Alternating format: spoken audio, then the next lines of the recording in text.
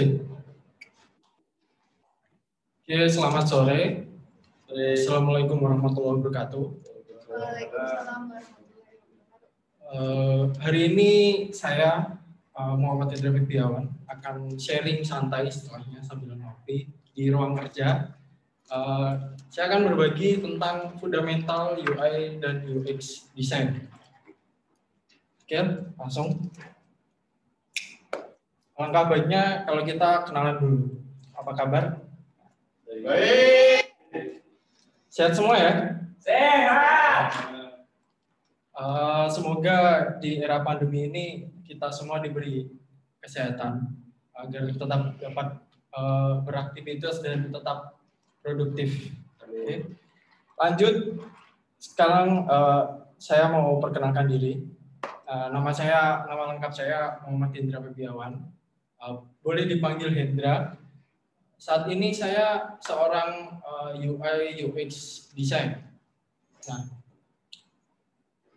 kalau mau menghubungi kontak saya bisa dilihat di sosmed saya, itu di Instagram terutama yang aktif itu ada @hendra_fbwn, kemudian kontak WA itu nomor telepon saya yang kanan bawah, kemudian yang Telegram bisa dicari melalui ID @febiawan. Dan saya juga punya sosmed untuk portofolio, itu di Instagram ada @UI_UX_Flowy untuk eksplorasi desain saya. Kemudian saya punya channel YouTube Flowy Studio, tapi saya sering share mengenai speed art design, jadi saya eksplorasi desain, kemudian saya record di layar dan saya edit seperti timelapse gitu, jadi durasinya agak cepat tentang eksplorasi desain. Kemudian ini yang sosmed wajib untuk desainer, nggak melulu tentang UI UX, jadi ada di dribble.com itu /Febiawan. Nah, saya biasa upload eksplorasi saya di Dribble. Oke, lanjut. Asal saya dari Kabupaten Bojonegoro, salah satu kota di Jawa Timur. Kalau dari ibu kota provinsi Jawa Timur itu Surabaya itu sekitar 2 jam. Kemudian saat ini saya bekerja di Kabupaten Sleman, terutama di Layan ID, PT Layana Komputindo, itu di Kabupaten Sleman di Yogyakarta. Jadi kalau dari arah tempat saya tinggal itu sekitar 6 jam kalau naik bis umum ya. Kalau naik motor mungkin lebih fleksibel, bisa kurang dari 6 jam karena memang motor kan enak gitu cari jalan-jalannya, bisa lewat jalan pintas dan lain-lain. Oke, lanjut. Saya dulu S1 di Unima, Universitas Muhammadiyah Magelang. Dulu brandingnya bukan Unima, lebih singkatannya ke UMMGL, tapi karena memang mungkin agak mirip yang di Malang jadi mungkin diganti jadi Unima. Oke, saya lulusan S1 Teknik Informatika sebenarnya. Jadi untuk basic UI UX saya sedikit ada. Kemudian tahun 2019 saya lulus dan alhamdulillah diterima di PT Layana Komputindo atau Layana ID sebagai UI UX design. Nah, awalnya kenapa saya bisa diterima sebagai UI UX design di Layana itu awalnya dari ketika saya mengerjakan skripsi, itu saya mulai mengenal UI UX design dari dosen pembimbing saya. Jadi setelah saya lulus kuliah, saya mulai memperdalam, mulai melakukan eksplorasi mengenai UI UX design yang sedang tren pada saat itu ya. Jadi akhirnya saya mulai mencoba untuk terjun lebih dalam ke UI UX design. Itu. Oke, cukup untuk perkenalannya. Kita lanjut ke apa itu UI UX design. Jadi kita sekarang banyak yang tahu istilah UI UX design, tapi bagaimana sih sejarahnya? Jadi dulu istilahnya bukan langsung UI UX design. Sebelumnya lagi ada web design.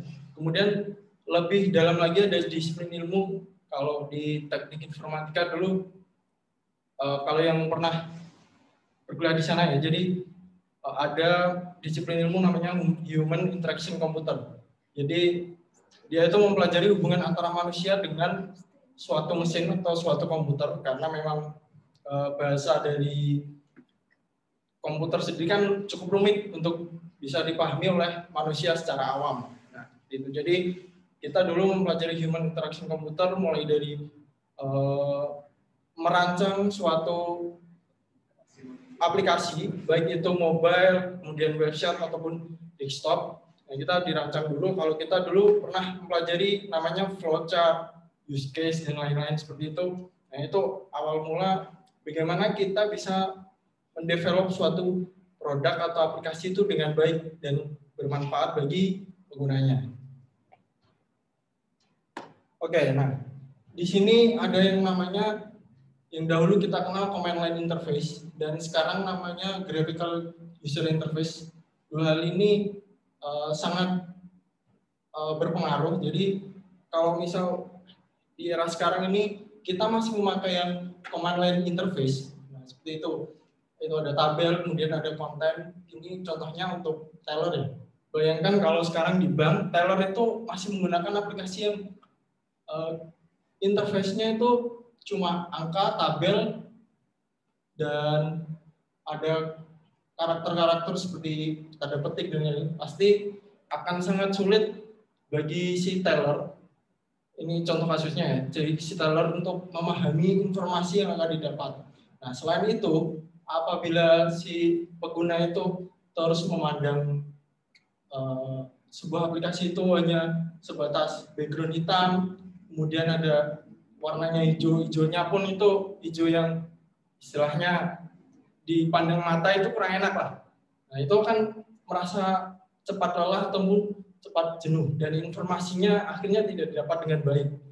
Kemudian terciptalah GUI atau Graphical User Interface. Nah, yang sebelah kanan ini adalah contoh GUI dari MacBook, macOS. Jadi ketika kita lihat dari sebelah kanan dengan sebelah kiri ini akan lebih enak untuk mendapatkan informasi yang sebelah kanan.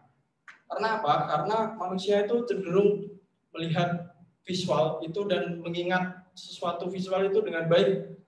Jadi contohnya, kalau kita ingin menggunakan aplikasi kamera, nah, di kehidupan nyata itu kan kita sering memotret atau memfoto itu dengan kamera. Kamera itu bentuknya seperti ini, ada lensanya, ada tombolnya untuk memotret. Nah, begitupun di GUI diterapkan, jadi ikonnya mungkin akan dibuat seperti kamera. Jadi si pengguna itu familiar dengan icon tersebut.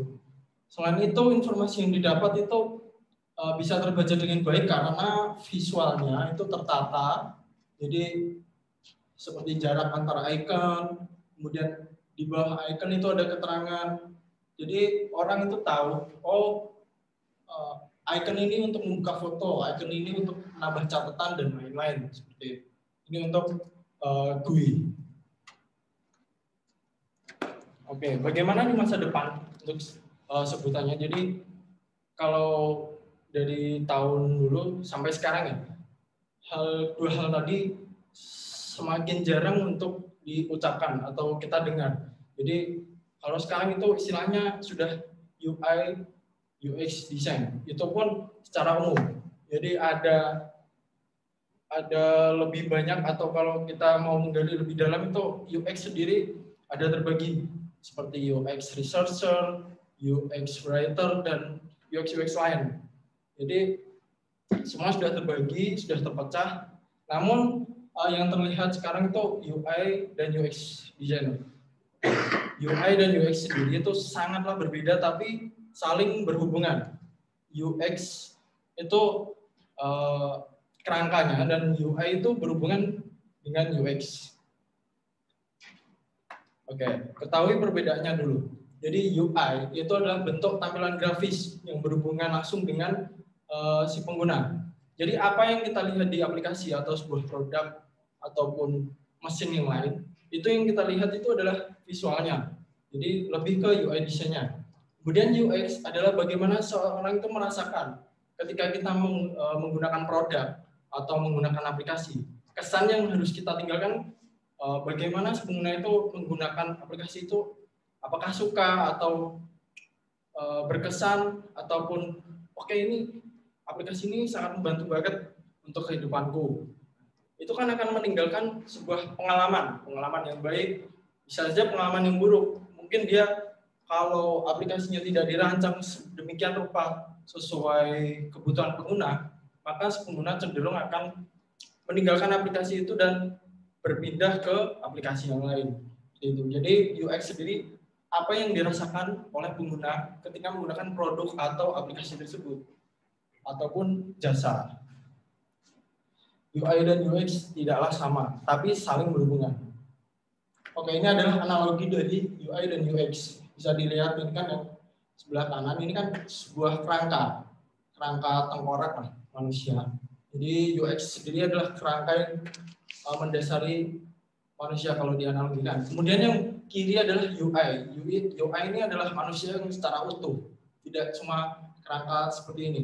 Jadi yang UI itu sudah ada kulitnya, sudah ada dagingnya, ada rambutnya berwarna coklat, ada matanya mungkin yang berwarna biru, hidungnya mancung, pakai baju, jaket, sepatu, dan celana, pakai jam tangan. Nah, itu adalah UI sendiri. Nah, bayangkan kalau UI itu tidak ada UX. Nah, kita bisa bayangkan manusia ini tidak ada kerangkanya. Tidak mungkin dia bisa berdiri, berjalan, dan duduk bahkan atau melakukan aktivitas lain. Karena tidak ada yang menopang. Karena kerangkanya itu sendiri tidak ada. Dan bayangkan juga UX ini tanpa UI.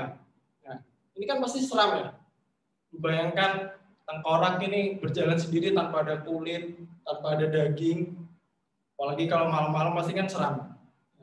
Jadi dua hal ini memang berbeda tapi saling berkesinambungan. Oke, lebih jelasnya untuk UX itu ada beberapa poin itu user research. Nah, user research ini adalah yang mendasari bagaimana aplikasi atau produk itu bakal dibangun. Jadi sebelum kita membangun sebuah produk atau aplikasi ataupun mesin yang lain, jadi kita sebagai tim itu harus melakukan riset. Bagaimana nanti bisnis ini akan berjalan. Kemudian bagaimana produk ini memunculkan fitur yang sesuai pengguna. Kita harus meriset calon pengguna kita. Tidak serta-merta kita membuat asal begitu. Jadi nanti sasarannya tidak tepat. Kita contohkan, misal kita akan membuat aplikasi streaming musik online. Nah, kita harus cari tahu masyarakat itu suka mendengarkan musik di mana, kemudian musik yang suka didengarkan itu genrenya apa, kemudian dari segi bisnis, dari segi strategi kita akan membuat profitnya itu dari mana. Seperti itu harus kita semua tim itu harus melakukan research dulu, itu dari UX, user research. Kemudian create persona itu ketika kita sudah melakukan riset, kita akan memetakan atau istilahnya membuat persona contoh dari calon pengguna kita. Semisal calon pengguna kita itu kita target setelah kita riset itu berumur dari sekitar 25 sampai 35 tahun. Nah, kita create kebiasaan dari pengguna. Mulai dari jenis kelamin, kemudian hobinya, kebiasaannya, kemudian profesinya, kemudian apa yang biasa dia lakukan. Kita dari meriset sebuah aplikasi itu kita memposisikan diri sebagai persona atau calon user itu yang sangat awam dengan gadget. Jangan kita posisikan sebagai orang yang sudah familiar dengan gadget. Jadi benar-benar awam dengan gadget. Meskipun kalau di era sekarang tuh banyak ya yang udah pegang gadget, mulai bocil-bocil itu udah pegang gadget. Tapi kita tetap harus memposisikan diri sebagai user yang benar-benar awam. Jadi nanti kalau sudah di-develop dan di-deliver, ya, pengguna itu akan merasa aplikasinya benar-benar bermanfaat. Oke, kemudian information architecture. Information architecture ini adalah bagaimana si UX menampilkan sebuah informasi itu secara terstruktur dan dapat dimengerti oleh pengguna. Seperti itu. Kemudian ada setelah itu wireframes dan prototype. Dua hal ini tidak harus dilakukan dengan tools profesional, bisa dengan hanya sebatas kertas dan alat tulis biasa. Jadi setelah kita riset, mulai dari user research sampai information architecture, kita petakan sebuah contoh dari produk, ini khususnya produk digital, jadi kita gambar secara kasar, kemudian kita prototype. Ketika nanti pengguna men-tap atau mengklik salah satu tombol, itu akan diarahkan kemana, seperti itu. Jadi kita petakan juga user flow-nya. Kemudian interaction design.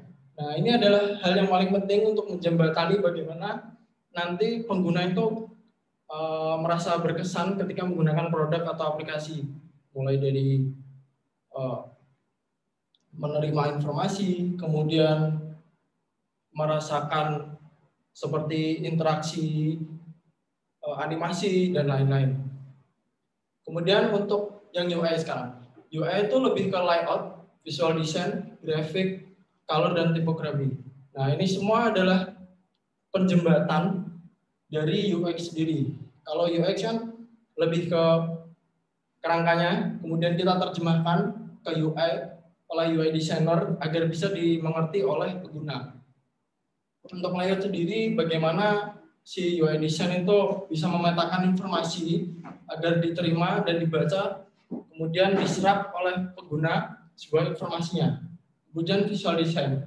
Visual design itu menyangkut mulai perwarnaan, yang bawah pewarnaan dan tipografi, mau warnanya disesuaikan brand, dan ada juga sebuah psikologi warna namanya.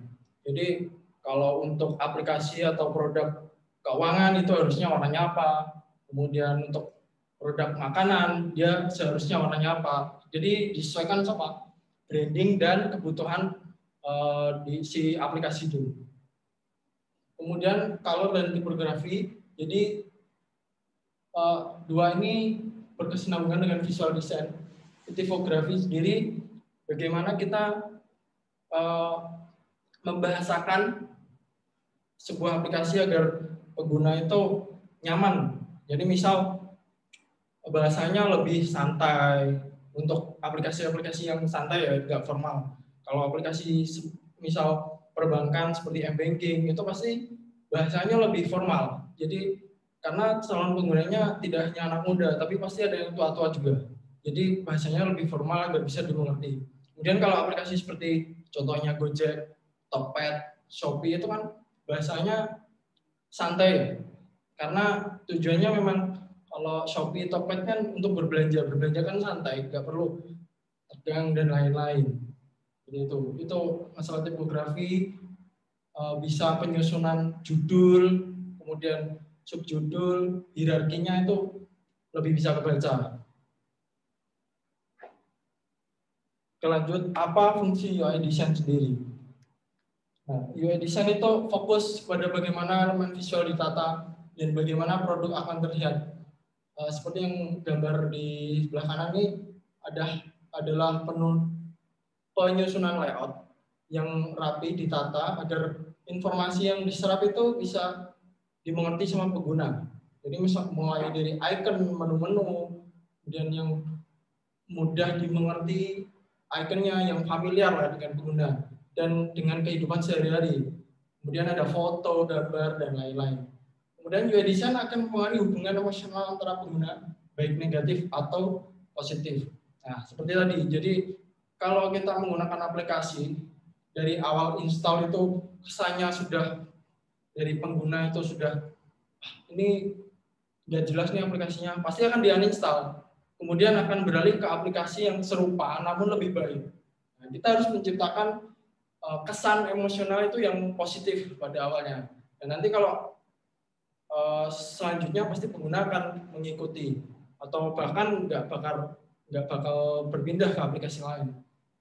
Kemudian UI design yang baik akan meningkatkan kepuasan user dalam menggunakan produk yang diciptakan. Nah, ini berkaitan dengan yang nomor 2, itu karena dia pertama kali menggunakan sudah merasa produk ini sangat bermanfaat, jadi dia tetap berusaha akan loyal dengan produk tersebut atau aplikasi tersebut. UI design dalam kehidupan sehari-hari. Ini adalah contoh implementasi. Jadi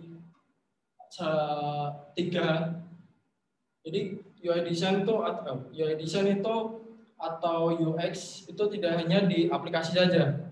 Ada yang di mobil pun, di motor ada UI design, di mesin ATM pun juga ada UI design. Nah, yang sebelah kiri, paling kiri adalah aplikasi untuk mengirim pesan.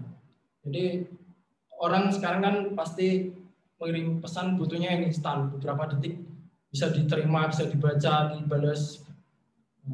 Dengan adanya UI design ini sekarang, pengguna akan tahu di mana dia akan melakukan pengetikan, dia akan menulis pesan, ketika di tab text field-nya akan muncul keyboard. Kemudian kalau dia mau mencantumkan foto, dia akan memencet icon kamera. Kemudian kalau mau mengirim emoticon, dia akan mencet icon emoticon. Nah, di situ adalah peran dari UI design untuk menjembatani manusia itu dengan suatu aplikasi. Kemudian yang tengah ada speedometer. Nah, kalau kita naik mobil, motor, pasti kita akan memperhatikan ini. Jadi kita tahu kecepatan mobil itu seberapa. Kemudian kalau ada rambu-rambu harus maksimal kecepatan harus 60 km. Dengan adanya speedometer ini, dengan visual ini, maka pengguna tahu, oh 60 km ini segini. Jadi adanya UI design ini sangat membantu oleh pengguna. Kemudian ada mesin ATM. Nah, di mesin ATM ini kita tahu informasi ketika kita datang ke ATM, kita akan tujuannya akan misal kita menarik uang. Dan di mesin ATM ketika kita baru datang, pasti kan ada tulisan, silakan masukkan kartu ATM Anda. Nah, di situ ada informasi yang disampaikan dari UI design yang berperan. Pertama kali, step yang harus dilakukan adalah memasukkan kartu ATM. Kemudian setelah memasukkan, pasti ada informasi bahwa kita harus memasukkan PIN dari ATM itu. Nah, peran visual design itu seperti itu dan sangat penting untuk kehidupan. Jadi tidak hanya di produk aplikasi web, mobile ataupun desktop, tapi sampai ke mobil, motor, mesin dan lain-lain. Jadi singkat kata, user interface itu memudahkan kita untuk berinteraksi dengan mesin, baik itu komputer, mesin apapun. Yang kita kalau nggak ada UI dan UX, kita nggak bakal ngerti maksud dari mesin itu apa. Kemudian UI design yang bagus itu seperti apa sih? Ada yang bilang, ada quotes, good design should be invisible. Maksudnya apa? Jadi desain yang baik itu mengarahkan user dari satu task ke task yang lain. Seperti contohnya di mesin ATM. Pasti kan mesin segede gitu, tapi tahu kita mau menarik uang itu kita merasa dituntun sama mesin ATM itu. Padahal dia nggak bisa bicara. Tapi melalui visual UI design itu kita tahu harus ngapain karena mesin tersebut menampilkan sebuah informasi yang harus kita mengerti seperti itu. Nah, ada poin lain seperti clarity. Clarity itu hindari membuat sesuatu yang ambigu dan buatlah segala hal menjadi jelas baik melalui bahasa ataupun melalui visual. Oke, saya contohkan di sini adalah yang gambar kanan ini adalah contoh dari One UI dari Samsung. Ketika pengguna membuka sebuah galeri, pengguna tahu di mana dia sedang berada. Oke, sekarang yang sebelah kiri, gambar sebelah ini, jadi pengguna tahu, oh aku sekarang lagi di halaman album nih. Terus pengguna mau membuka apa, folder apa, mungkin folder kamera, unduhan atau yang lain. Kemudian yang kanan ini contoh dari halaman pengaturan. Pengguna tahu kalau sekarang itu ada di halaman di dashboardnya pengaturan. Dia tahu karena di One UI ini dia membagi visual design-nya menjadi dua bagian. Jadi yang atas itu adalah visual untuk informasi, kemudian yang bawah jadi di sini, yang atas untuk visual emulasi, kemudian yang di sini adalah untuk interaksi. Jadi pengguna tahu secara jelas dan besar dia sedang ada di task mana dan dia harus ngapain setelah berada di halaman itu. Kemudian yang bawah ini adalah halaman interaksi yang bisa di tab, di scroll, di hold ataupun di pull down dan lain-lain. Itu untuk clarity. Kemudian familiarity. Pengguna suka melihat fitur atau produk yang familiar seperti simbol, icon, atau warna. Contohnya di kanan ini ada animasi. Jadi kenapa dia tahu kalau di atas itu ada expand menu? Karena dia familiar dengan arah dari icon ke bawah itu mungkin ada informasi yang lebih yang bisa saya terima atau bisa saya buka seperti itu. Jadi pengguna akan familiar dengan icon-icon seperti kamera, foto, dan lain-lain, pengaturan, dan lain-lain. Kemudian selanjutnya ada responsiveness, respon dari aplikasi. Aplikasi harus memberikan respon, umpan balik dan memberitahu user yang sedang terjadi. Contohnya ketika kalian belanja, ketika kalian memasukkan sebuah produk ke keranjang, kemudian kalian ingin check out, setelah check out kalian harus bayar. Nah, setelah pembayaran sukses, pasti akan ada umpan balik dari sebuah aplikasi kalau pembayaran kita itu sukses atau belum. Nah, kalau tidak ada umpan balik, pasti pengguna akan bingung. Ini aplikasinya jalan nggak sih? Pasti bingung. Dan pengguna nggak tahu setelah itu harus ngapain, karena nggak ada umpan balik dari sebuah aplikasi itu. Kemudian konsistensi. Buat antarmuka tetap konsisten di seluruh aplikasi agar user lebih mudah mengenali pola pengguna. Nah, aplikasi yang baik itu adalah konsisten, mulai dari pewarnaan, kemudian typografi, tata letak, dan lain-lain. Contohnya konsisten itu kalau kita berpindah dari satu halaman ke halaman lain, itu nggak berubah warnanya atau style fontnya dan lain-lain. Karena kalau bakal berubah layout dan visual design yang lain, pengguna akan bingung. Ini aku masih di aplikasi yang ini atau beda aplikasi sih. Nah, itu pasti pengguna akan bingung. Makanya harus butuh konsistensi. Kemudian yang terakhir ada estetik. Nah, estetik ini sebenarnya poin yang bisa dikesampingkan, tapi tetap menjadi bagian yang utama. Karena kalau aplikasi itu hanya estetik, artinya hanya enak dilihat, aplikasinya cantik, tapi tidak bisa mengatasi permasalahan dari pengguna, itu sama saja aplikasinya nggak akan memberikan pengalaman yang baik untuk pengguna. Jadi estetik tetap menjadi suatu hal yang penting, tapi tidak melulu menjadi yang pertama. Kemudian ada elemen-elemen lain yang harus diperhatikan ketika mendesain UI. Nah, contohnya adalah elemen loading. Elemen loading ini sangat berguna ketika user itu membuka suatu aplikasi atau mungkin karena lagi loading, lagi lemot internetnya. Jadi pengguna tahu kalau si aplikasi itu sedang melakukan pengambilan data atau update data. Contohnya ketika kita menyimpan suatu task, ketika kita menyimpan suatu task, dia akan memberikan informasi seperti yang nomor 2, updating your setting. Nah, itu memberikan informasi kalau si aplikasi itu sedang melakukan penyimpanan data ke database seperti itu. Kemudian kalau kita melakukan pembuka aplikasi, tapi mungkin karena koneksi internet kita agak lemot, aplikasi akan memberikan suatu loading seperti ini yang memberitahukan kalau aplikasi ini sedang mengambil data seperti itu. Kemudian ada error dan success state. Nah, ini juga sangat penting. Jadi contohnya ketika kita akan verifikasi email, ketika email atau password kita tidak sesuai, maka aplikasi akan memberikan umpan balik seperti error. Oh, ini emailnya nggak sesuai yang ada di database. Pasti ini bukan kamu. Nah, dengan adanya error state, maka pengguna tahu letak kesalahannya di mana. Kemudian untuk success state ini juga sangat penting. Jadi ketika pengguna merasa tagsnya sudah benar, maka aplikasi akan memberikan umpan balik.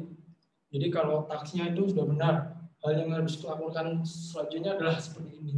Contohnya adalah email verification set. Nah ini ketika kita melakukan verifikasi email dan kita sudah berhasil mengirim, maka akan muncul sebuah pop-up atau overlay dari bawah ini menunjukkan informasi kalau verifikasi email kita telah berhasil. Kemudian yang ketiga ada empty state atau empty data. Ini kondisi ketika suatu aplikasi atau produk itu tidak bisa menambahkan data yang kita cari. Contohnya, ketika kita berbelanja, kemudian kita belum melakukan atau memilih produk dan kita melakukan tap di icon keranjang.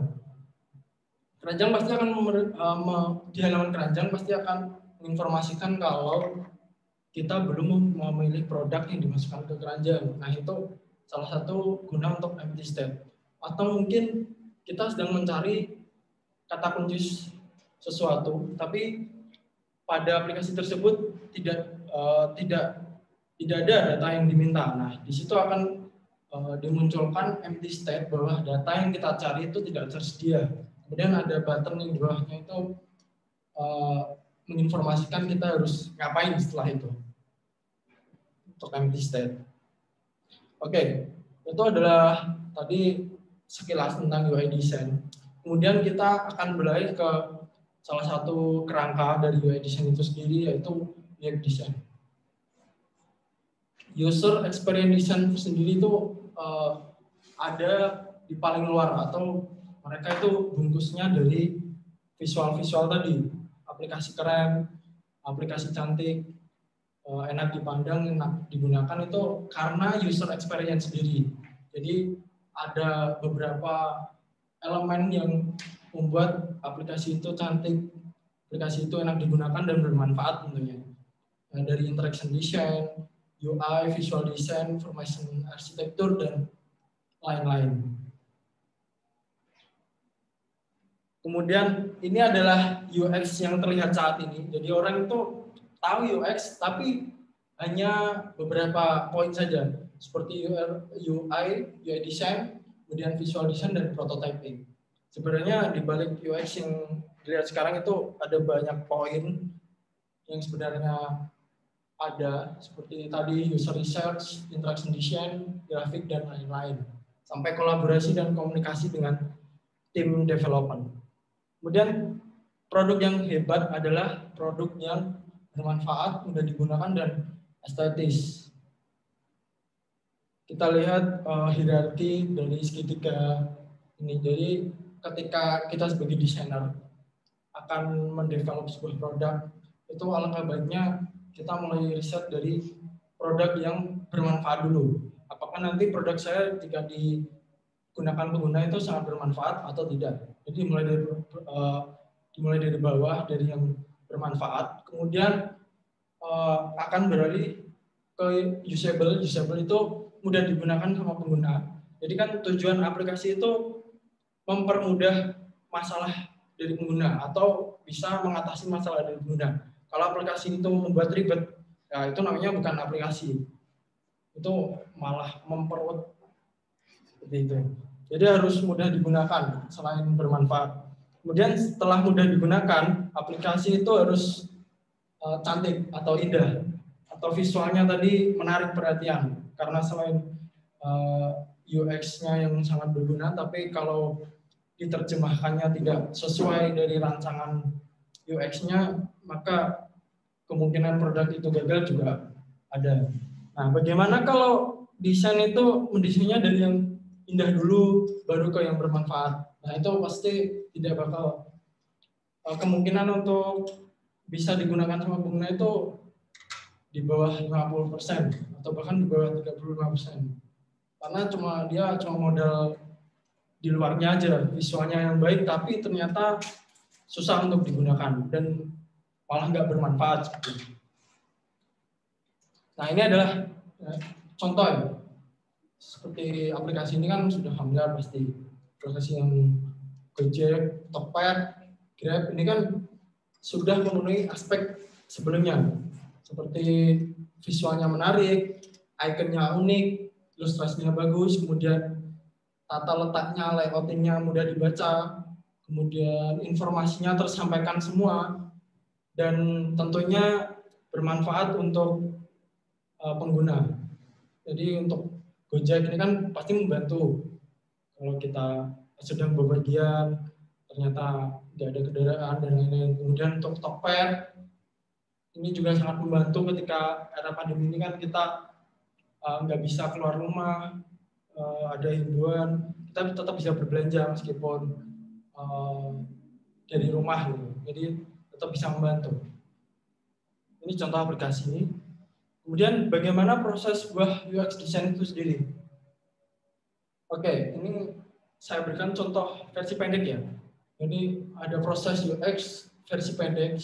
Jadi mulai nomor 1 itu mulailah dengan masalah yang kamu coba selesaikan. Jadi paling gampang itu kalau kita mau mempelajari UX design, itu kita pelajari dari permasalahan yang ada di sekitar kita. Coba kita gali, cari permasalahannya dulu, bukan kita membuat produk baru kita mencari masalah. Itu keliru. Jadi kita cari dulu kira-kira apa yang kurang membantu di sekitar saya atau ada permasalahan seperti apa. Kita coba riset, kemudian kita mulai gali-gali lebih dalam tentang permasalahan yang ada. Kemudian untuk siapa kamu mencoba menyelesaikannya, nah permasalahan yang kita tadi dapatkan kan pasti ada orang yang bermasalah. Jadi maksudnya ada orang yang mengalami kesulitan dari permasalahan tersebut. Misal ada penjual, dia dagangannya nggak laku-laku karena di era pandemi kan orang jarang keluar. Nah seperti itu kan kita bisa membantu. Bu, ini bisa dimasukkan atau dibuatkan toko online, nanti pengguna tetap bisa belanja dan tahu katalog-katalog dari ibu atau bapak, dan mereka tetap bisa membeli. Nah seperti itu kan kita tahu siapa yang akan kita bantu dari permasalahan yang ada. Kemudian eksplorasi sebuah ide untuk produk. Dari sebuah permasalahan tadi kita kan sudah menggali. Nah, kita tahu solusi yang akan kita dapatkan seperti apa, atau produk nanti yang akan membantu mereka itu apa. Kemudian tulis cerita yang menunjukkan bagaimana kamu memecahkan masalah mereka. Kita lakukan interview ke calon pengguna, kita petakan kira-kira keluh kesah mereka itu seperti apa dari permasalahannya. Kemudian mulailah kita mendesain sebuah screen flow, kemudian buat sebuah prototipe, tes prototipe ke pengguna, kemudian ulangi lagi ke langkah 5 sampai selesai. Oke, saya contohkan yang lebih mudah. Saya contohkan ruang guru. Nah, ruang guru ini salah satu kelas online yang sudah tahu pastinya.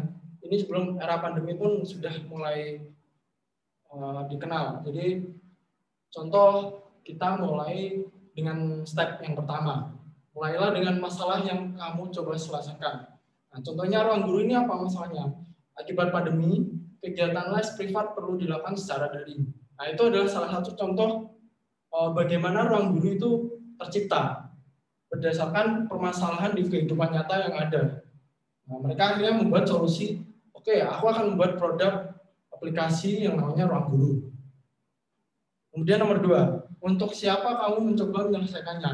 Oke, ruang guru itu aku ciptakan untuk siapa? Karena permasalahan pembelajaran, jadi mungkin ada guru dan murid atau siswa yang menjadi pengguna utama dari produk ruang guru. Kemudian yang ketiga, eksplorasi sebuah ide untuk produk. Nah, kita berdasarkan permasalahan tadi, kita akan membuat produk itu seperti apa? Misal, learning management system, di mana guru bisa memberikan materi dan siswa dapat mengaksesnya secara online. Nah, karena masalah pandemi, kita bisa mengakses sebuah materi pembelajaran itu secara online melalui mungkin cloud, Zoom, ataupun dengan ruang guru ini. Kemudian yang langkah keempat, tulis cerita yang menunjukkan bagaimana kamu memecahkan masalah mereka. Nah, ini contohnya sebagai siswa saya ingin belajar mata pelajaran yang sulit dari rumah sehingga saya mendapat memiliki nilai yang baik. Nah, di ruang guru itu selain penggunanya siswa, pasti dia akan mencari guru les privat yang nanti akan mendaftar ke ruang guru dan bakal mengajari seorang siswa itu secara online atau daring.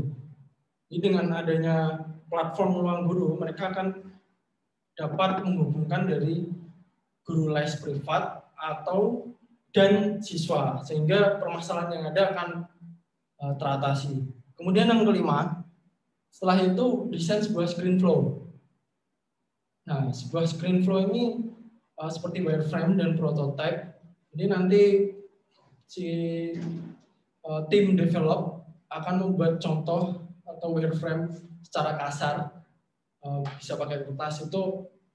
Bagaimana sih nanti kita pengguna akan menggunakan aplikasi dari ruang guru, flow-nya bagaimana, usernya harus melakukan task apa di aplikasi tersebut. Kemudian selanjutnya buat sebuah prototype, tes prototype ke pengguna. Ini ada yang namanya user testing atau usability testing.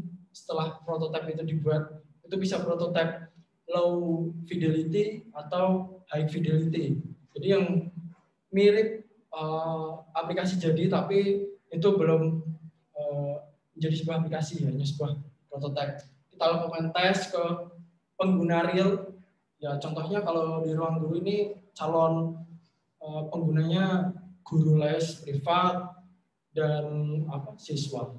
Kemudian ulangi langkah dari yang kelima dan sampai 7 itu sampai kita merasa produk kita siap di launch atau siap dipakai sama pengguna. Seperti itu. Oke, bagaimana cara memulai menjadi UI dan UX design? Sebenarnya kita tidak perlu memiliki background seperti kita dari teknik informatika, terus DKV, itu tidak perlu. Jadi semua orang bisa menjadi UI UX design asal kita mau mempelajari dari fundamentalnya. Oke, pertama tetapkan niatmu sebelum hal lain. Nah, ini yang paling penting.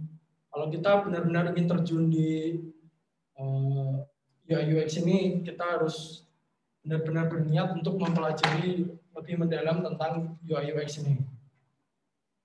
Kemudian pelajari ilmu mendasar. Nah, contohnya kita belajar seperti ini kan ilmu dasar ya, fundamental. Jadi kita harus tahu dasarnya ilmu dari UI UX itu seperti apa, hierarkinya apa saja, pengertian UI UX itu apa, kemudian apa yang perlu kita persiapkan setelah kita mempelajari ilmu dasarnya. Oke, nah ini yang ketiga adalah latih desain sense-mu. Ada UI UX design tuh yang bukan berasal dari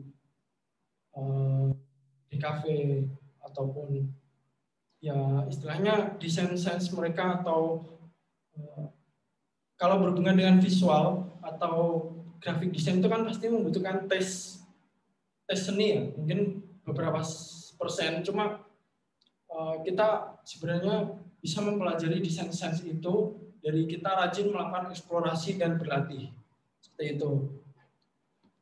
Nah, latihan desain sense itu bisa kita pelajari untuk UI design itu ada di website Dribbble, kemudian ada juga di Behance. Behance ini lebih ke portofolio. Bedanya dengan Dribbble itu, kalau Dribbble itu visual hanya beberapa eksplorasi, tapi kalau di Behance ini ada orang yang share portofolio itu mulai dari dia melakukan riset sampai visual design yang high fidelity dia share di sini. Kalau di Behance ada ceritanya lah. Kemudian kuasai desain tools. Setelah kita memperkuat desain sense dengan berlatih, kita kuasai juga desain toolsnya, karena di UI UX ini toolsnya sudah semakin banyak dan semakin beragam, maka kita harus mempelajari, memilih salah satu tools yang memang benar-benar bagi kita itu sangat berguna untuk melakukan latihan desain sense tadi. Contohnya, nah untuk UI design, ini ada mulai Sketch, Figma, Adobe XD sampai Zeppelin. Tapi saya sendiri pribadi lebih sering menggunakan Figma karena untuk saat ini memang lebih powerful untuk kolaborasi dan lain-lain. Untuk prototyping juga mulai oke. Kalau dulu kan yang paling banyak Sketch, karena Sketch itu penggunanya hanya terbatas dari macOS, hanya Adobe XD, tapi akhirnya sekarang bisa tersalip oleh Figma karena memang Figma lebih powerful untuk kolaborasi. Kemudian ini ada tools untuk kolaborasi dengan tim ya khususnya, karena kita UI UX ini nggak bekerja sendirian, karena kita mendevelop sebuah aplikasi, kita hanya mendesain, maka nanti setelah desain kita selesai, kita akan deliver ke develop atau programmer gitu. Nah, jadi untuk tools kolaborasinya ada banyak, itu ada Keynote, ada apa ini namanya, yang biru Trello, kemudian ada Zeppelin. Itu Zeppelin itu nanti untuk istilahnya handover ke develop, kemudian ada Slack untuk manajemen projectnya. Nah, yang terakhir adalah eksplorasi desain. Setelah kita melatih desain sense dan lain-lain, kita menguasai tools, mempelajari tools, kita eksplorasi, sering-sering melakukan eksplorasi. Eksplorasi yang simple. Jadi kalau kita ingin melatih tes desain atau tes seni kita, visualnya, jadi kita latih beberapa halaman dulu. 1 halaman atau 2 halaman. Misal kita lagi browsing-browsing nih di Dribbble. Oh, ada tema menarik seperti streaming musik. Nah, aku mau bikin contoh eksplorasi desainku versi sendiri lah.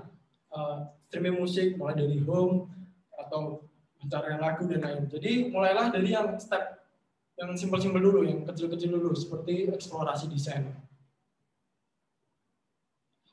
Nah, UI UX yang bekerja sama untuk membuat sebuah produk yang terbaik. Nah, jadi kita nggak sendirian seperti yang saya bilang tadi. Ada business analyst, product owner, product manager, user tentunya, web developer, mobile, front end sampai back end. Nah, kita dilatih untuk bekerja sama tim. Jadi ada proses-proses yang harus dilalui sampai produk itu jadi. Produk itu sampai digunakan ke pengguna dan mungkin kedepannya akan tetap berputar karena mungkin aplikasi itu tidak berjalan sempurna. Karena kalau penilaian sempurna itu kan kita nggak tahu ukuran sempurna itu seperti apa. Mungkin yang paling enak itu kita sebutnya produknya itu pas untuk pengguna, seperti itu. Jadi akan berputar terus mulai dari business analyst, project manager sampai ke back end bahkan untuk update mungkin versi-versi aplikasi yang terbaru. Oke, referensi materi dari saya. Sekarang boleh bertanya.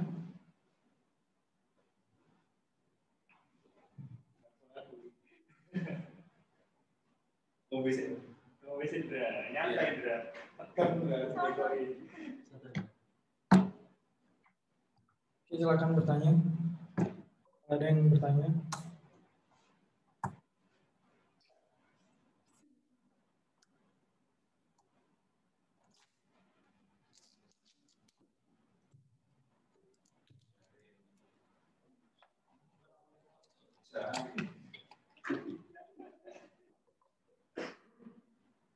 Ayo masnya, sepertinya ingin bertanya. Perkenalkan, nama saya Cahyo. Oke Mas Cahyo, silakan bertanya. Mau tanya Mas, waktu perancangan desain nih, untuk jadi desain UI UX designer, kalau orang yang nggak punya bakat seni itu gimana Mas? Apakah masih bisa menjadi UI UX designer? Dia bisa ngertiin desain bagus yang mana. Cuma untuk buat sendiri, menurut dia itu desainnya kurang bagus. Tapi kalau dia menilai desain bisa. Mungkin apakah karena sense-nya yang kurang dalam atau referensinya yang kurang atau memang bakat seninya nggak ada? Gitu aja sih. Oke, terima kasih Mas Cahyo sudah bertanya. Jadi yang dimaksud bagus itu bagus dari segi mananya? Bagus dari visualnya atau dari sisi fungsionalnya? Kalau desain itu lebih kelihatannya di visualnya, Mas. Visualnya kurang kayak pemilihan warna itu kan dari contoh warna biru aja color code-nya itu kan udah banyak banget, Mas, untuk nentuin itu, apalagi udah main kombinasi warna itu, sense-nya untuk kombinasi warna, pemilihan warna yang tepat itu agak kurang. Itu gimana, Mas? Oh, jadi lebih ke visual yang bisa dinikmati pengguna. Iya, visual yang bisa dinikmati. Jadi kalau masalah UI design ini kan bukan suatu bidang seni. Yeah, jadi ada seninya, cuma tidak 100% atau 90% itu seni. Jadi kalau masalah seperti ilustrasi ataupun warna itu bisa dilatih. Jadi kalau misal Mas Cahyo ini sudah sering eksplorasi, oke, ini warnanya seperti ini, ikonnya seperti ini, kemudian fontnya seperti ini. Tapi ketika Mas Cahyo melakukan desain sendiri merasa kurang pas, nah itu sebenarnya bisa dilanjutkan sih, Mas. Maksudnya dilakukan terus eksplorasi, kemudian dilatih, kemudian setelah dilatih itu ada perbandingan. Misal dari desainku sebelumnya, di desain yang sekarang itu kurangnya apa? Nah, misal kayak jaraknya antar komponen itu terlalu rapat atau terlalu renggang. Nah, itu kan kita bisa pelajari. Caranya mempelajari, kita sekarang kan banyak UI template atau UI kit yang bertebaran di internet yang gratis. Nah, di Figma sendiri itu ada Figma Community namanya. Nah, itu bisa Mas Cahyo duplicate kalau di Figma itu, kemudian yang sekiranya Mas Cahyo ini desainnya bagus nih, nah itu duplicate, kemudian pelajari. Oh, jadi font yang benar itu ukurannya segini. Kalau untuk judul ukurannya misal 24 px nih, ini yang sudah sesuai. Kemudian untuk buttonnya yang baik itu ukurannya segini. Nah, itu bisa Mas Cahyo pelajari dari desain yang sudah ada. Jadi pelajari mulai dari strukturnya, kemudian hierarki, tipografinya, layoutnya, penataan layout yang baik dan enak dilihat tuh seperti apa. Jadi sering-sering aja berarti. Kalau eksplorasi doang, misal lihat doang itu ya kelihatannya saya bisa, maksudnya Mas Cahyo mampu, tapi ketika langsung dicoba itu bakal kesulitan kalau nggak dilatih terus. Dulu saya awal juga di layannya sebenarnya desainnya juga masih jelek, seperti misal pakai shadow itu terlalu tebal, kemudian terlalu mepet jarak antar komponennya. Tapi setelah semakin kesini kan mulai banyak bertebaran tuh orang-orang yang pro itu melakukan share hasil eksplorasinya atau hasil desainnya. Nah, dari situ saya pelajari, oh yang benar tuh seperti ini. Dan visual yang bagus itu belum tentu juga bisa diterapkan sama developer. Misal kita udah bikin buttonnya ini animasinya keren. Ketika diklik ada animasi berpindah itu ya keren lah, berputar, bolak-balik. Tapi ketika di develop ternyata nggak bisa, sama aja. Jadi kita bagus di desain, ternyata ketika diimplementasikan di aplikasi, ternyata developnya nggak mampu. Akhirnya diterima pengguna kan bakal menerima aplikasi yang sudah jadi, bukan desain kita, tapi aplikasi yang sudah siap untuk digunakan pengguna. Nah, kalau berbeda dengan desain yang sebelumnya, karena kita sudah melakukan user testing nih, nah si user itu menyadari kalau desain sama aplikasinya beda. Nah, pasti kan mungkin akan menimbulkan pertanyaan ya, kalau itu usernya yang jeli. Jadi untuk melakukan atau menjadi UX design itu sering-sering berlatih aja. Jadi eksplorasi berlatih, ya trial and error lah, seperti itu. lagi Mas, masih mau tanya lagi. Tadi kan desain kan dibilang cara kita untuk komunikasi dengan visual ya. Nah, sedangkan persepsi setiap orang tentang kayak desain kayak sebuah logo aja, antara umur di bawah 20 dengan orang yang berumur 40 tahun itu memaknai sebuah desain itu udah beda Mas. Itu cara mengurangi bias di antara gap umur itu gimana Mas?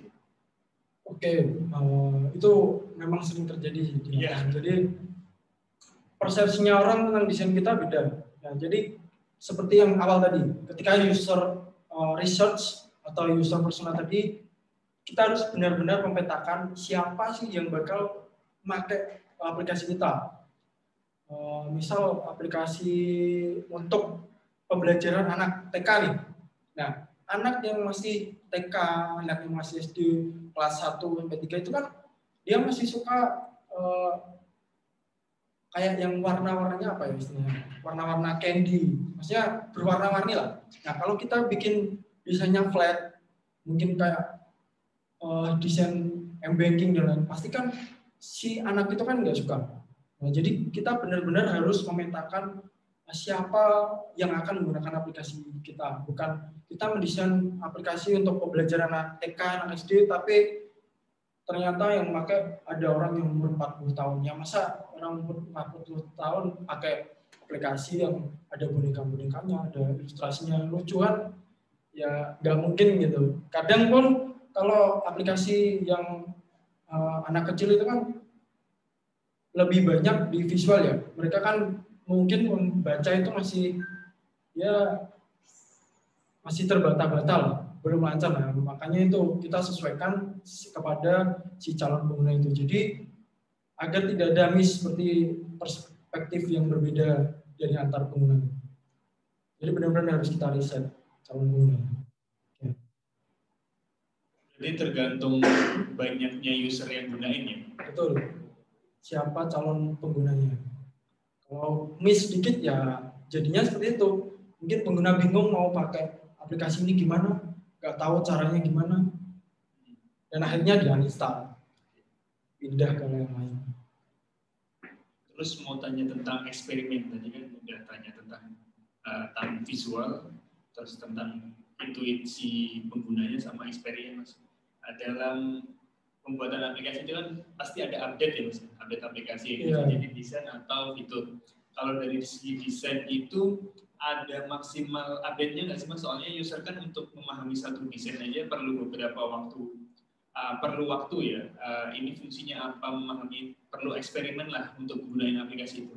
Dan dari sisi developer itu kan, development aplikasi itu kan ada update lah ibaratnya, ada update terbaru lah. Contoh kayak di Gojek dulu kan desainnya kayak apa, terus sekarang berubah. Ketika perubahan itu kan user perlu belajar lagi. Ternyata kok penempatannya udah beda ini. Kok apa itu namanya?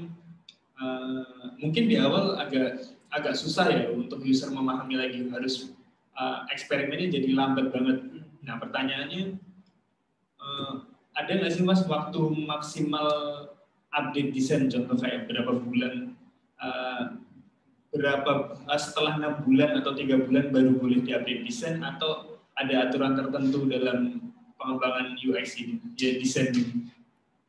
Kalau menurut saya tidak ada maksimal ya, tapi lebih ke arah bagaimana nanti sebuah aplikasi itu mengikuti tren. Jadi kan kalau di graphic design itu kan ada tren, UI pun ada tren.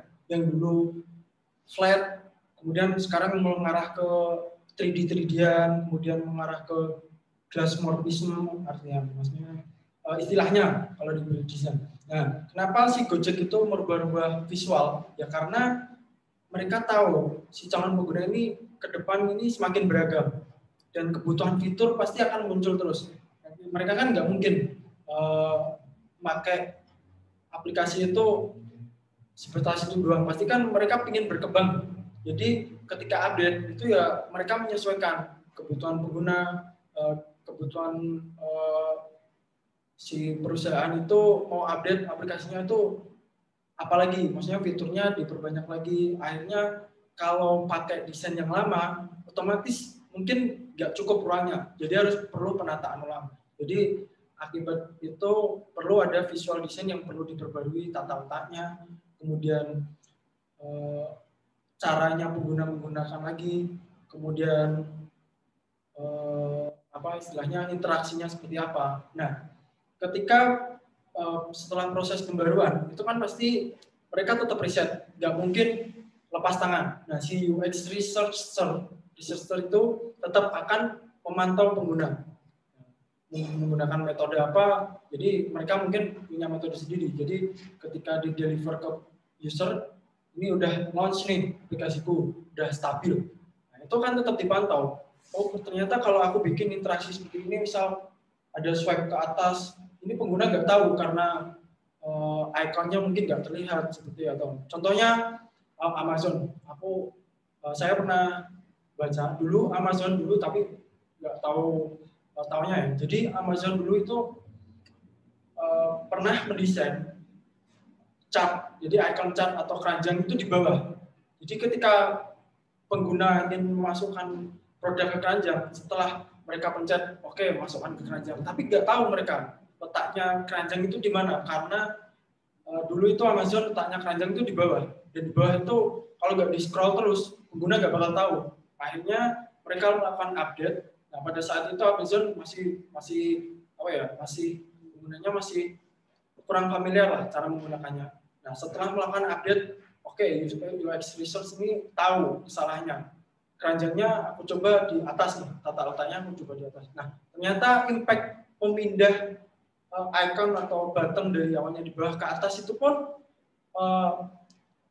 bisa berimpact sangat berguna. Jadi pengguna ketika melakukan scroll ke bawah, tapi dia tetap melihat icon keranjang, dan kemudian ada, kan tahu icon keranjang itu ada kayak titiknya, kemudian ada angkanya, mungkin ada 4. Nah, seperti itu pengguna tahu, oh di keranjangku itu ada 4 barang yang ada di sana. Nah, dari pemindahan tata letak layouting seperti itu pun sangat berpengaruh untuk sebuah aplikasi. Nah, setelah perpindahan itu Amazon mulai banyak yang menggunakan, atau penggunanya lebih tertarik karena kemudahannya. Kemudian akhirnya diadopsi sama Tokped, Shopee, dan Bukalapak. Nah, jadi itu pun mereka tetap melakukan research ketika aplikasinya sudah digunakan oleh pengguna. Jadi tidak ada batasan khusus. Oh, update ini harus 6 maksimal. Kalau udah 6, ya udah gini aja. Itu nggak ada. Itu tergantung perilaku di lapangan itu seperti apa. Berarti tergantung data research-nya, Mas. Betul. Perubahan-perubahan itu. Ya. Nah, makanya itu mereka perlu UX research, UX method, dan lain-lain untuk mengoptimalkan sebuah produk. Itu.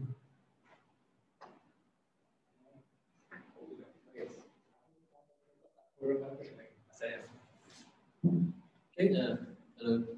Selamat siang, Mas Hendra. Siang, dengan siapa? Saya dengan Anggit Restu. Saya mau nanya pertama, bagaimana cara Mas Hendra menghadapi perkembangan tren, apalagi ada 3D design, terus ada glass workplace gitu. Apa yang harus dipersiapkan? Entah belajar lagi atau mengikuti tersebut, atau kayak gimana? Tips triknya. Oke, untuk mengikuti tren, semakin kesini kan, meskipun saya punya kayak pegangan sendiri, desainku itu harus minimalis tapi tetap enak untuk dilihat. Saya punya patokan tersendiri lah. Tapi karena desain itu terus berkembang, informasinya terus berubah, mungkin ada orang yang bikin kayak glass morphing, 3D design atau apa. Nah, itu semua tidak serta-merta bisa diterapkan sama development. Jadi kadang aku cuma iseng, aku bikin eksplorasi desain untuk melatih saja, untuk melatih kayak, oh trennya itu seperti ini, bikinnya seperti ini. Oke, tapi kalau nanti mau diterapkan ke developer, saya tanya dulu ke developer, kalau bikin kayak gini bisa nggak sih? Nah, kalau diterapkan di sini bisa nggak sih? CSS-nya mudah nggak sih? animasinya enak nggak sih, maksudnya mudah di develop nggak sih. Nah kalau nggak bisa itu hanya sebatas tren graphic design, tapi tetap saya harus update lah, kan nggak mungkin ketika trennya sudah 3D saya masih pakai flat design seperti itu. Tapi tetap kalau hanya sebatas eksplorasi ya enggak diterapkan di development itu tetap saya ikuti. Tapi kalau ketika mau masuk ke development kita harus konsultasikan lagi ke developer.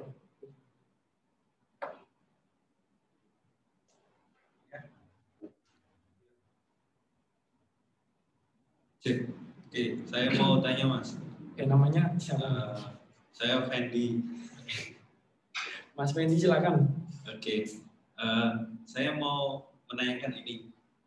Kita kan sering ya dapat customer itu yang request aplikasi atau request UI design itu mungkin apa ya, mereka punya referensi lain atau punya pandangan lain mengenai desain gitu kan.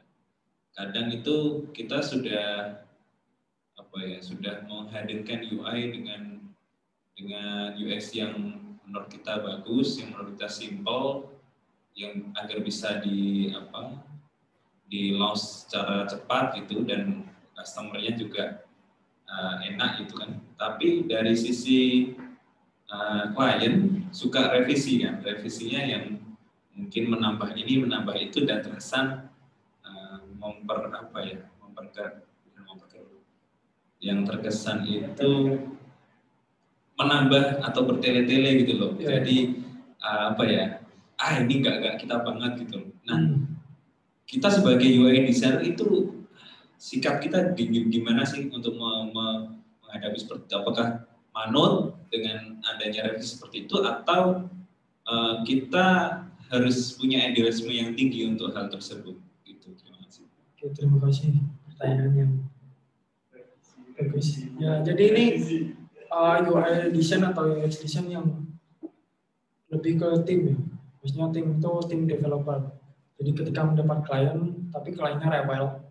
Padahal udah diberikan dari sisi UX itu yang bagus, dari sisi visual itu udah mengikuti zaman, tapi mereka ngeyel.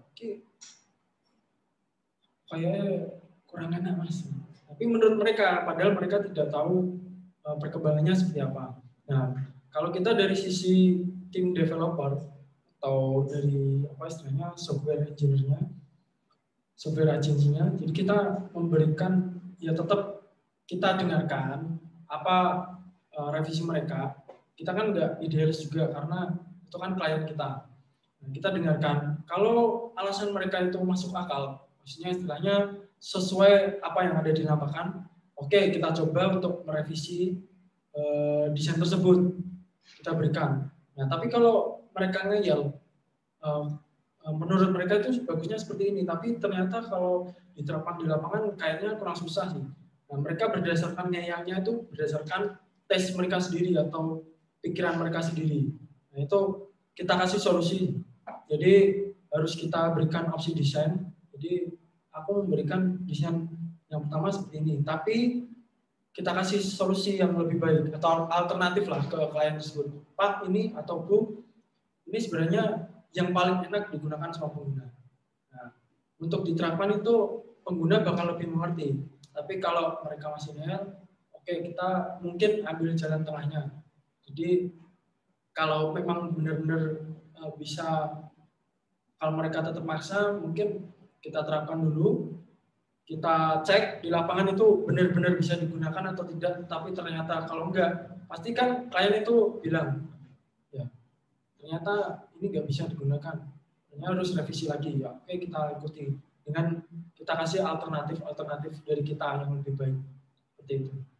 Kita enggak idealis juga sebenarnya. Oke, berarti enggak idealis, tapi ngambil jalan tengahnya dengan beberapa kasih opsi gitu ya. Iya. Oke, yang kedua saya mau tanya lagi Mas mengenai copyright ya. Ini kan apa ya, dari sisi desain sendiri sekarang kan banyak sekali open source atau marketplace yang menyediakan template atau menyediakan tampilan-tampilan secara gratis tapi dengan syarat tertentu gitu kan, kayak misalnya Pixabay, Pinterest, Unsplash dan lain-lain gitu. Nah, kita sebagai desainer itu untuk mengambil source seperti itu, apakah aman atau alangkah lebih baik kita harus mengambil sendiri, atau membuat sendiri, misalnya ikon-ikon gitu di icon flight gitu. Nah, kalau kayak gitu tuh cara pakainya atau sampai bagaimana? Kalau misalkan kita kan tidak pernah tahu ya, kita itu mendesain ini bakal akan besar atau tidak. Pasti kan kalau nantinya ini akan besar, nah, masalah apa tidak gitu loh tentang copyright tersebut. Itu sih, terima kasih. Oke, kalau masalah copyright. Jadi kalau di dunia software sendiri atau produk digital, jadi masalah copyright atau istilahnya ini baku, maksudnya desain ini misal Gojek layoutnya seperti ini, warnanya seperti ini, desainnya seperti ini. Ada orang mengikuti referensi seperti Gojek oleh tatanan layout dan lain-lain, tapi kan mereka nggak mengambil icon atau ilustrasinya itu dari sana juga. Nah, dari segi undang-undang pun, maksudnya saya belum pernah juga mengalami. Jadi Gojek ini atau aplikasi yang sudah besar ini mengklaim, wah itu desain aplikasiku tuh, nggak bisa kamu bikin. Karena banyak aplikasi yang lain atau produk yang lain muncul, produk digital yang lain muncul berdasarkan referensi apps yang sudah ada. Nah, tapi kalau masalah aset seperti icon, kemudian ilustrasi dan lain-lain, itu memang paling amannya kita bikin sendiri. Tapi kalau misal di tim kalian SDM-nya terbatas, misal ada UI UX design tapi nggak ada ilustratornya atau nggak ada icon, maksudnya desainer iconnya, itu kan kita kesulitan. Nah, kalau misal kita mau mendesain semuanya segalanya dari awal, kita kan akan kehabisan waktu juga. Nah, paling amannya memang kita cari yang di internet, mungkin template, cuma kita perhatikan cara penggunaan dari aset tersebut. Jadi aset ini boleh digunakan untuk apa? Biasanya kan ada tertera tuh. Kalau misal kita mau download atau pakai icon dari flat icon misalnya, itu kan ada yang bisa di-download untuk gratis atau premium. Nah, kalau kita ambil gratis, kita lihat dulu ini gratisnya bisa digunakan untuk apa. Tapi kalau kedepannya misal aplikasi atau desain yang sudah kita buat itu bakal besar, ternyata penggunanya semakin banyak. Nah, itu untuk mempertimbangkan aset originalitasnya itu harus kita pertimbangkan lagi. Jadi mungkin kita perbarui, kalau misal merasa kita semakin banyak pengguna, mungkin semakin luas dikenal aplikasi kita, ya kedepannya kita harus mempersiapkan. Oke, kita harus ganti nih ikonnya untuk menghindari hal yang tidak diinginkan. Maksudnya desainnya icon, ilustrasi, dan ikonnya. Tapi kalau terbatas timnya, ya seperti tadi kita cari dulu yang aman, template-nya, tapi kita baca rule-nya, penggunaannya itu bagaimana. Itu. Oke. Mungkin saya lihat terakhir untuk pertanyaan terakhir. Ini kan kalau misalkan kita mendesain UI aplikasi, jika ada customer atau klien kita ini yang pengen dua output gitu, yang satu Android, yang satu iOS, apakah kita harus membuat dua desain yang berbeda dengan dua output tersebut, atau satu desain ini bisa digunakan di dua platform itu, atau bagaimana sih kita harus melakukan apa untuk output itu? Itu aja sih, terima kasih. Oke. Kalau di mobile ya, kita mengenal OS itu ada Android dari Google dan iOS itu dari Apple. Nah, itu kan sudah beda, mulai beda dari segi bahasanya. Kalau iOS itu menggunakan Swift ya, kalau tidak salah. Terus Android itu pakai Java, Kotlin, nah, seperti itu. Mulai dari bahasa pemrograman kan sudah beda. Nah, ada juga istilahnya kalau di Android itu material design. Material design itu guideline bagaimana tampilan yang bisa diterapkan di platform Android. Jadi UI design sendiri mungkin akan melihat, oh kalau Android itu tampilannya seperti ini. Jadi misal kalau di Android ada menunya yang di bawah, seperti navbarnya yang di bawah, menu-menunya ingin 4 ada 5, itu bisa diterapkan. Tapi mungkin kalau di iOS mungkin tidak bisa. Nah, tapi semakin kesini kan banyak framework seperti Flutter, kemudian apa yang lainnya itu. Jadi sekali coding bisa diterapkan di berbeda platform, baik iOS atau Android. Nah, sebenarnya pun kita merasa terbantu ya sebagai UI UX design tuh nggak perlu desain sebuah tampilan, karena dari sisi framework yang terbaru ini sekali coding dia sudah bisa ekspor atau build ke 2 platform sekaligus. Jadi tampilannya tetap sama, tapi bisa digunakan di platform Android ataupun iOS ataupun OS yang lain. Nah, tapi tetap kita melakukan desain itu berdasarkan kaidah atau guideline dari masing-masing dari masing-masing platform tersebut. Tapi semakin sini semakin fleksibel karena adanya framework yang membantu tersebut.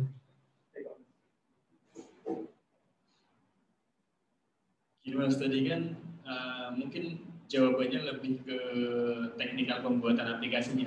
Yang kalau mau tanya eksperimen antara menggunakan iOS dan Android itu kan beda. Dan untuk desain kan biasanya ada yang versi website-nya juga, orang-orang bisa melihat di mobile. Nah, itu membuat desain antara 3 platform itu beda-beda nggak Mas? Antara Android, terus antara website, dan antara iOS. Itu perlu desain, karena kan setiap eksperimennya kan beda-beda Mas ya, antara menggunakan browser atau sistem operasi yang lain. Itu perlu desain beda atau lebih baik menggunakan desain yang sama? Karena kita mempertimbangkan eksperimen user ini. Oke. Itu juga salah satu elemen yang penting ya ketika kita menjadi UI designer. Oke, saat ini kan saya ada di software agency, itu khususnya menangani development sebuah aplikasi mobile, baik itu iOS ataupun Android. Nah, ketika bagaimana kalau saya melakukan desain sebuah web? Nah, web itu kan sekarang platformnya banyak, bisa dibuka dimanapun, mulai dari PC sampai tablet dan bahkan smartphone. Kita sebagai desainer harus desain juga harus berdasarkan platform yang akan digunakan. Ini misal web. Kalau web dibuka di website, tampilannya seperti ini. Kalau nanti kita berpindah dibuka di tablet, tampilannya kan harus menyesuaikan mengikuti layar. Kemudian kalau kita membuka melalui browser HP, nah, layarnya kan cenderung kecil. Nah, kita juga harus menyesuaikan bagaimana tampilan desain ini kalau dibuka di layar HP. Jadi mungkin kalau web semua karena luas ya, layarnya luas, jadi kita lebih enak mendesainnya. Semua informasi itu bisa kita taruh, ilustrasi dengan leluasa. Nah, tapi kalau ketika kita membukanya di HP atau smartphone, itu kan layarnya lebih sempit, lebih kecil. Nah, mungkin ada beberapa informasi atau ada beberapa komponen yang tidak ditampilkan di layar smartphone, tapi mungkin kita menyembunyikan lebih dulu. Jadi misal ada menu kalau di atas di web headernya muncul semua ya, mulai home, kemudian blog dan lain-lain. Tapi kalau kita buka di layar smartphone mungkin akan seperti burger menu atau burger button. Nah, ketika dipencet baru akan muncul semua menunya tadi. Nah, itu menyesuaikan layar juga. Jadi kita sebagai desainer juga harus mempertimbangkan platform mana yang bakal digunakan. Jadi kalau web kan bisa diakses dari mana saja. Ya, jadi kita harus mendesainnya melalui menyesuaikan beberapa layar seperti itu. Berarti poinnya lebih baik menyesuaikan eksperimen user ya Mas. Jadi membuat beberapa opsi desain tergantung visual sistem operasinya. Ya betul. Cuma tetap harus konsisten sesuai tadi. Kalau nggak konsisten dia bakal bingung. Meskipun itu webnya sama. Meskipun aku bikin web untuk pariwisata nih. Awalnya warna hijau, ketika dibuka di line platform berubah jadi merah kan, meskipun sama ya brandingnya, tapi kan membuat user bingung ini beneran yang tadi apa enggak. Tapi harus tetap konsisten meskipun kita mendesain dengan beda-beda ukuran. Ya, oke. Poin yang konsisten itu konsisten yang bagian apa aja Mas? Kayak warna, selain warna mungkin font apa lagi? Atau tata letak? Semuanya sih, kalau tata letak itu menyesuaikan luas dari layar itu seperti seberapa. Tapi kalau misal font family-nya Poppins misal, ya tetap harus sama Poppins. Kalau berubah desainnya, ukurannya. Kalau warna juga tetap harus sama, karena warna kan mewakili nanti brandingnya dia seperti apa.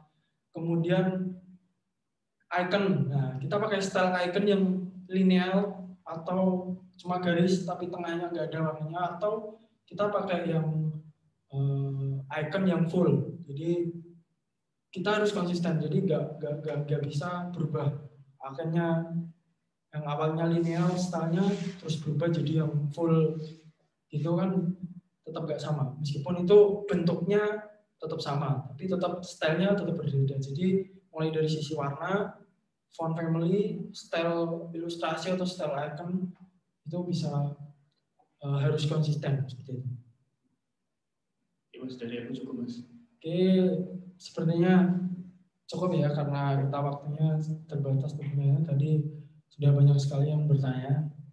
Terima kasih untuk sharing santai atau sharing session sore ini. Kita akhiri, jadi terima kasih atas perhatian dari teman-teman yang sudah datang dan bertanya. Saya akhiri ya, sekian. Wassalamualaikum warahmatullahi wabarakatuh.